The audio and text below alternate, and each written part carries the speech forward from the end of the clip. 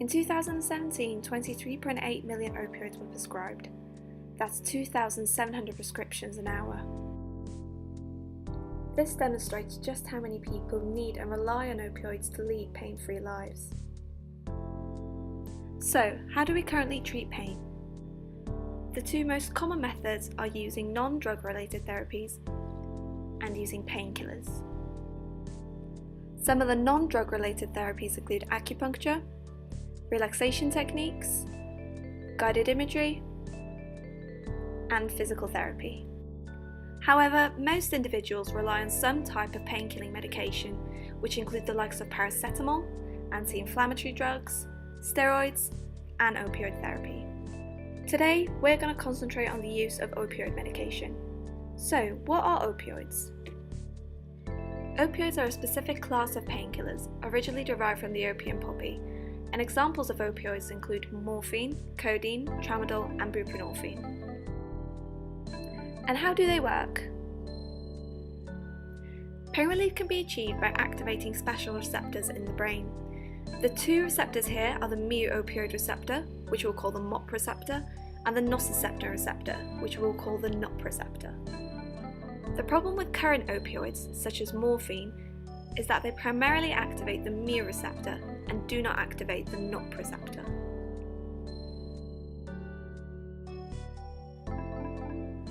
When an opioid binds to the mu receptor in the brain, it is then able to use that signal from the opioid medication in order to relieve your body from pain.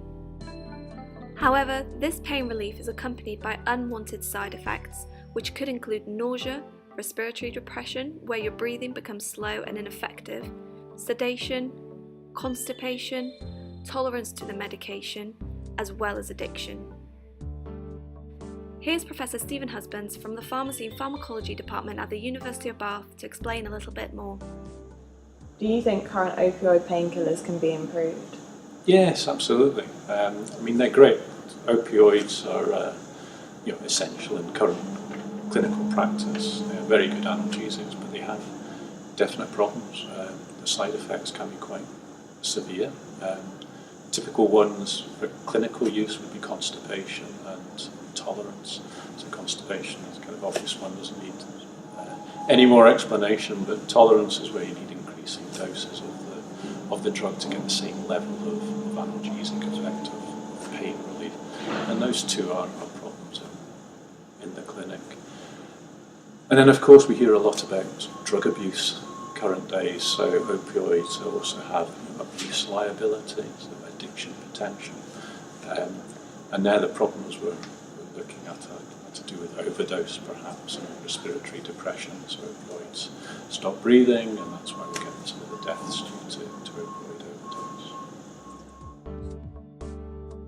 In order to improve the side effect profile, Professor Stephen Husbands and his group have therefore developed a new opioid, which targets both the mu receptor and the NOP receptor.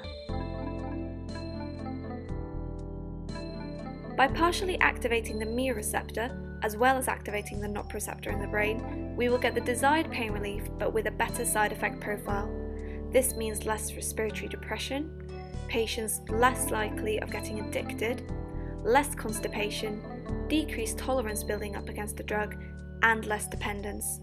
We asked Professor Stephen Husbands to explain in his own words. So how does your drug work, and in what ways is it different?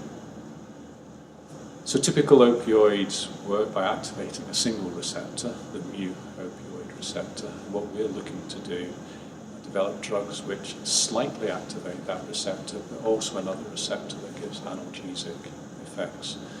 And the idea is that the combination of activating both receptors will give us a good analgesic effect with minimal amounts of side effects.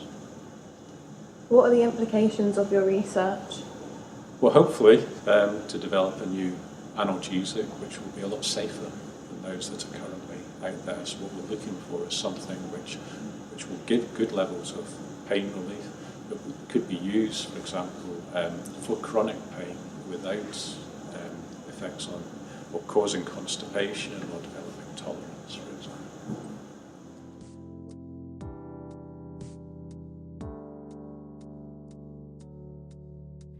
So, in summary, the drug aims to achieve the same amount of pain relief as current opioids that are prescribed in the clinic, but with less unwanted side effects. For patients, this could be hugely significant and make opioid treatment much more bearable.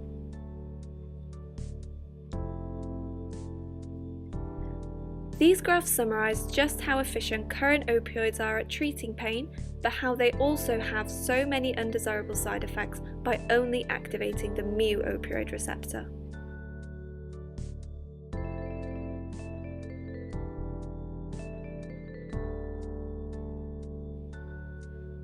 The second graph shows us the profile of Professor Husband's drug, and that by partially activating both the mu opioid receptor and the nociceptin receptor, it could still achieve the same amount of pain relief overall, but with less unwanted side effects along the way.